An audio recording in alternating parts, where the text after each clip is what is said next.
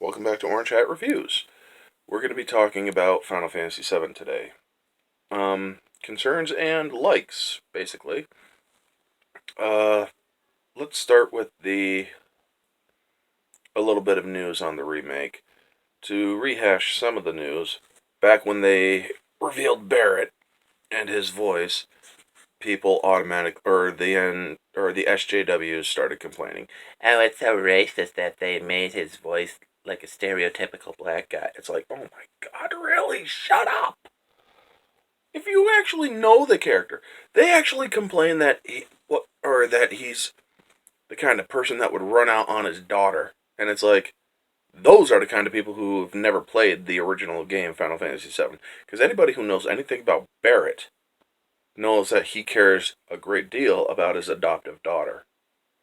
I mean, the man dotes over the kid. And it's very apparent in the story.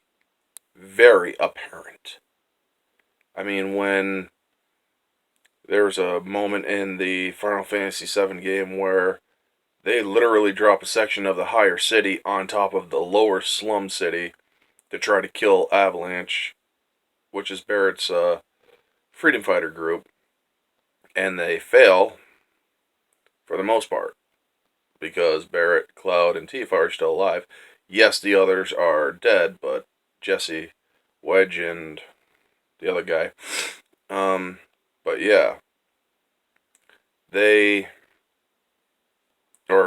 she was sent off to Aerith's house to be looked after by Aerith's mom, who was outside of that section.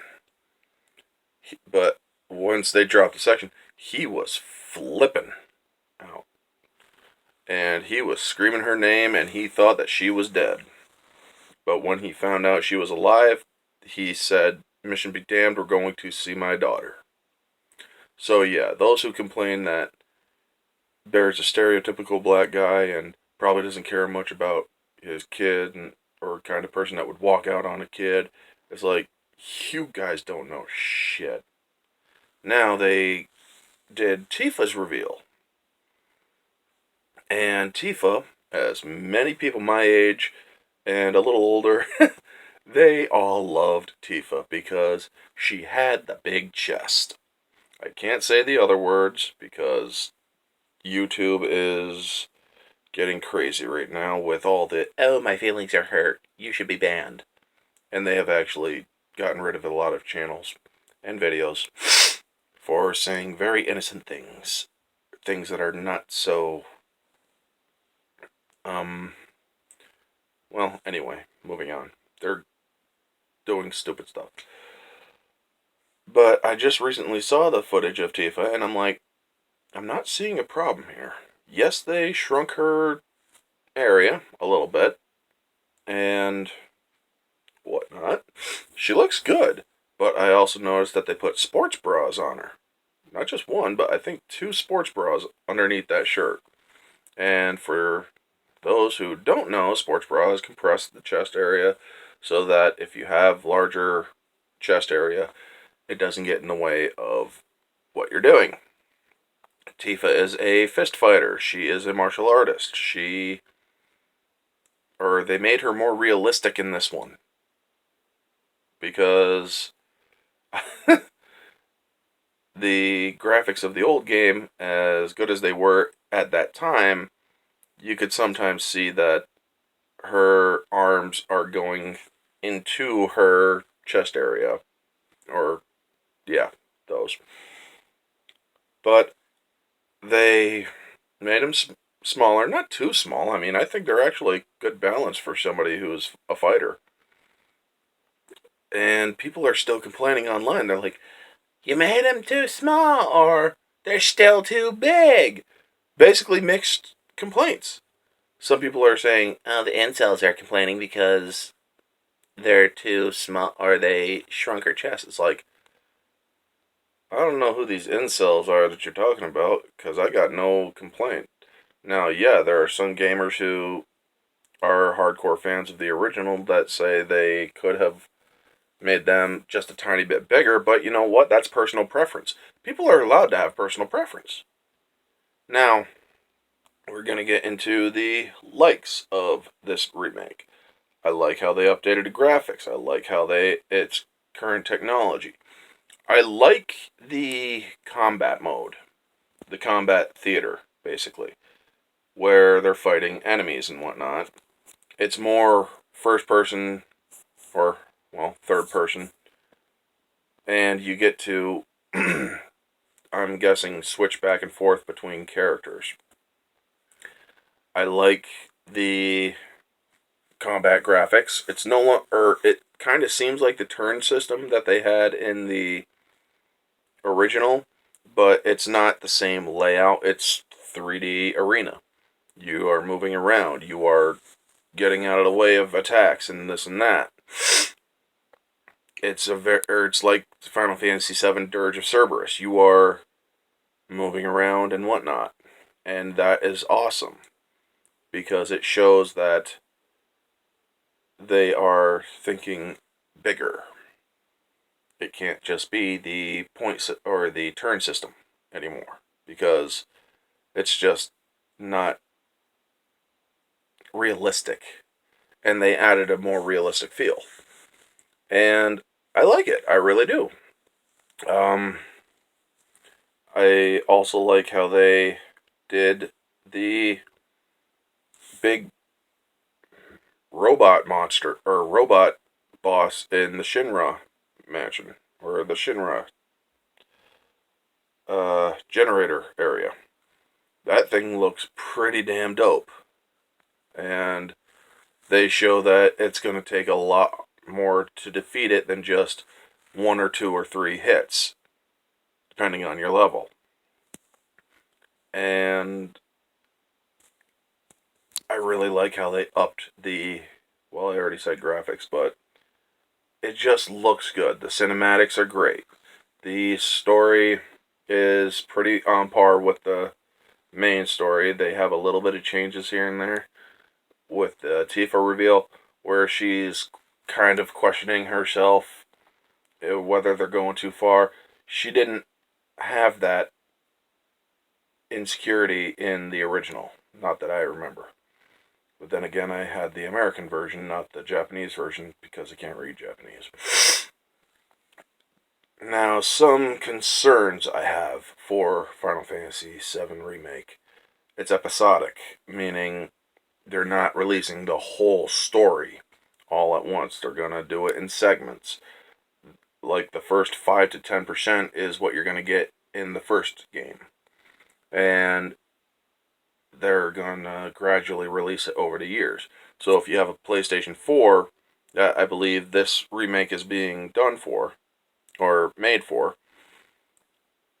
Final Fantasy VII's other games might be on the PlayStation 5 and 6, and 7 probably. This game looked, or with them only doing like 5 to 10% chunks, this game is going to span years.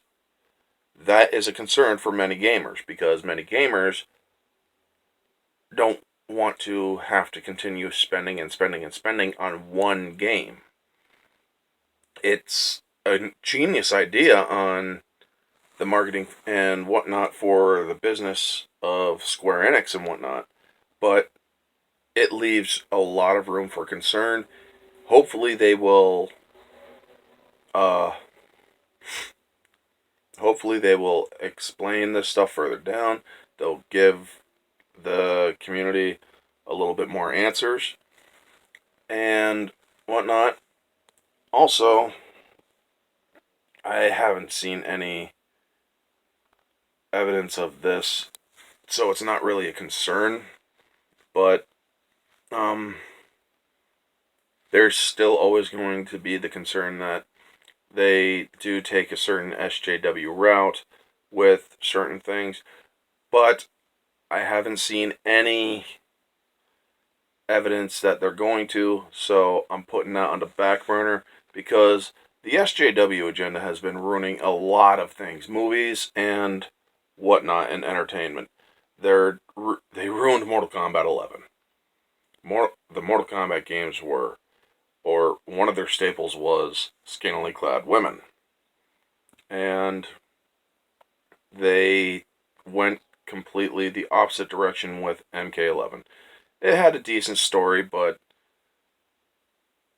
it had the gratuitous violence, but they took a part out that had a lot of their fans going, and plus there was a tactical advantage for women who were scantily clad.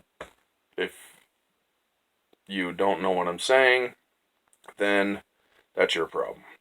But yeah, many gamers and game makers have been going the SJW route to appease people who aren't even players of their games. Over 60% of the people who complained about Mortal Kombat admitted they don't even play the games. How's that for crazy? But back to Final Fantasy VII. The game looks good. It's just the episodic releases is the main concern. I want to know from the makers, Square Enix and Konami, I think, or no, it's not Konami, Square Enix, that they have that they're going to reassure the gamers who are getting it that it's not going to be a decade-long kind of thing, you know? I mean, we've been waiting for the Final Fantasy remake for years. The Final Fantasy VII remake for years. And it's always going to be a cult favorite for many of the Final Fantasy fans. 80% of the people I've asked about or which is their favorite Final Fantasy, they all say 7. 80% of them say 7. Others say 8, others say 15, others say 13, or whatever. And I'm like, that's their preference. They're allowed to. I asked their honest opinion. But yeah. Final Fantasy VII, we've all been waiting for this. The concern is about the episodic chapters and whatnot.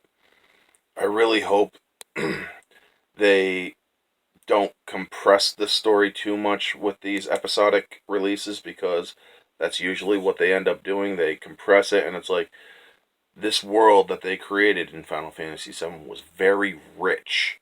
It was well done. You could travel different times to different places.